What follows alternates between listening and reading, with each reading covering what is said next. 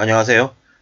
대출 부실 우려를 대비해서 2024년 5월부터 은행과 지주사들이 경기 대응 완충 자본을 1% 부과해야 된다고 합니다. 사실상 경기 대응 완충 자본이 이제 다른 나라에 비하면 이제 1% 부과라고 하면 매우 적을 거라고 판단할 수 있죠. 근데 이제 기존에 선진국들의 경기 대응 완충 자본 부과를 보면 2%에서 2.5%까지 부과를 했습니다. 사실상 한국도 저렇게 언론에서는 1% 부과라고 얘기하지만 이제 저게 이미 이제 시작이다라고 보면 맞을 것 같고요. 앞으로 저렇게 금융권들이 자본을 1% 부과한다. 그 다음에 2%, 2.5% 추가 적립을 한다라고 하면 이제 돈을 대출해줄 여력이 없는 거죠. 돈을 대출해줄 여력이 없다라고 하면 어떻게 되겠습니까? 이제 가장信用도가 낮은 이제 개인들에 대한 대출, 가계대출 차단, 그리고 기업들 중에서도 부실한 기업들에 대한 대출 차단, 이런 식으로 되겠죠. 사실상 돈줄을 틀어막으면 그렇게 약한 고리부터 무너진다라고 보면 맞겠습니다. 저 경기 대응 완충 자본 부과하는 것도 잠깐 하고 잠깐 사라지는 게 아니죠. 이미 지금 2023년 5월달에 24년 5월부터 부과한다라고 미리 예고하는 건 뭐겠습니까? 저 1%라고 하는 금액을 지금부터 준비하라고 금융권들에게 주문을 하는 거잖아요.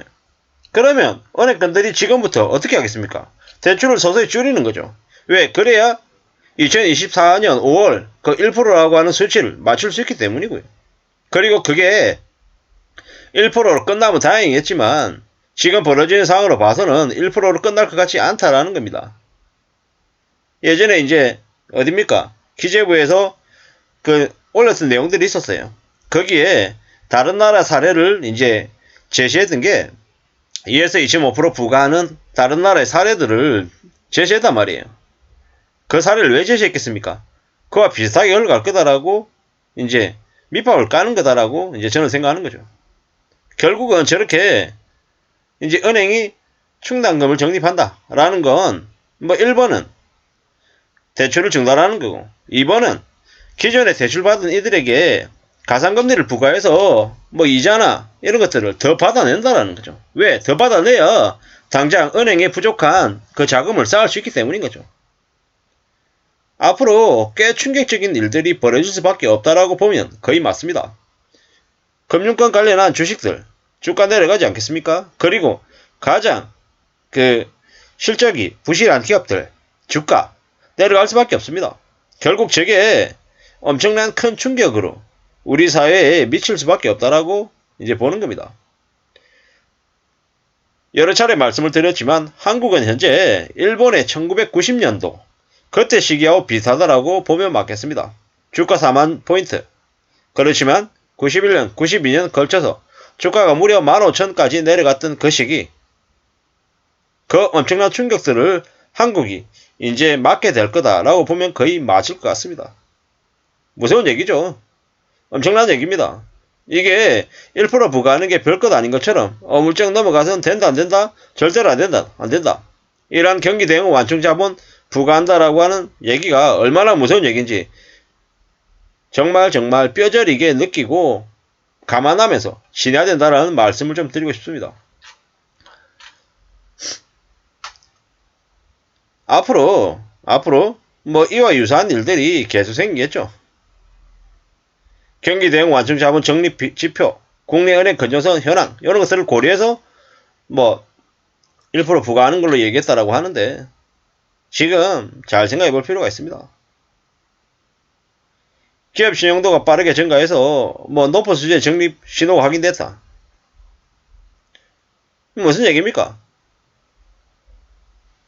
기업들 대출이 너무 빨리 늘었다라는 거죠. 지금 저러다가는 이제 좀비 기업들한테까지 돈이 흘러 들어가는 거 아니야? 이런 우려가 되니까 좀 신중하게 이제 대출하라고 이제 얘기하는 거죠. 국내은행의 보통주 자본 비율도 13.5%로 규제를 웃돌고 있답니다. 물론 작년 말 대비해서는 좀 내려갔다라고 하지만 경기대응 완충 자본 부과에 따른 시장 영향을 모니터링하고 필요시 부과 수준하고 부과 시기 조정 등을 통해서 신속히 대응해 나갈 계획이다라는 겁니다.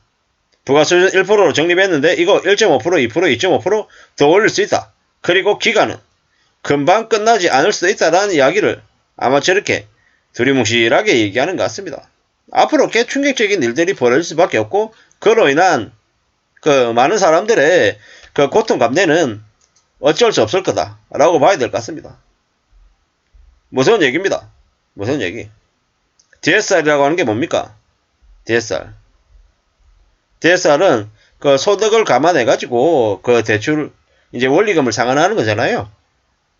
DSR을 실행하고 또 이제 뭡니까? 대출을 규제하고 가산금리 부과하고 뭐 경기대응 완충 자본이라 그래가지고 금융권들이 자본을 추가로 적립하고 이러한 것들이 점점 긴축으로 들어간다라고 하는 신호로 보면 맞고 우리의 삶이 이제 과거에는 성장이고 뭐 팽창사회였다라고 하면 앞으로는 수축사회로 바뀌어간다라고 보면 맞습니다. 많은 사람들이 선진국 국민들처럼 소비를 극단적으로 줄이고 안 쓴다라는 거. 뭐 지금이야 앞으로의 한 3, 5년은 물가가 짜장면 가격이 7,000원, 8,000원에서 만원이 되고 15,000원이 되고 이럴 수 있지만 이것 또한 한 5년이 지나면 지금의 저 힘들고 어려운 그 긴축 시기가 지나고 나면 어떻게 되겠습니까? 그러고 나면 뭐 많이 뒤집어지겠죠. 사람들이 소비를 안 해서 어쩔 수 없이 되게 싼 가격, 되게 값싼 재료로 만든 정말 값싼 식품들 그리고 값싼 물건들 뭐 다이소 같은 곳 있잖아요. 뭐 그런 곳에 있는 상품들만 매출이 점점 늘어나고 혹은 완전 부자인 사람들이 아주 럭셔리하고 아주 비싼 고가 상품들을 사는 소비 양극화 그리고 전체적으로는 국내 내수 시장이 급격한 침체가 있을 수밖에 없다라는 겁니다. 국내 내수 소비는 뭐 동남아 애들, 중국 애들, 일본 애들, 외국인 관광객들이 와서 소비하게끔 만들려고 하겠죠. 더 이상 또 삼성전자 이런 것들로 반도체 수출이 안 되면 뭐 관광객들 끌어들여서 그 관광 수입으로 이제 부족한 이제 수입을 이제 충당하려고 하겠죠.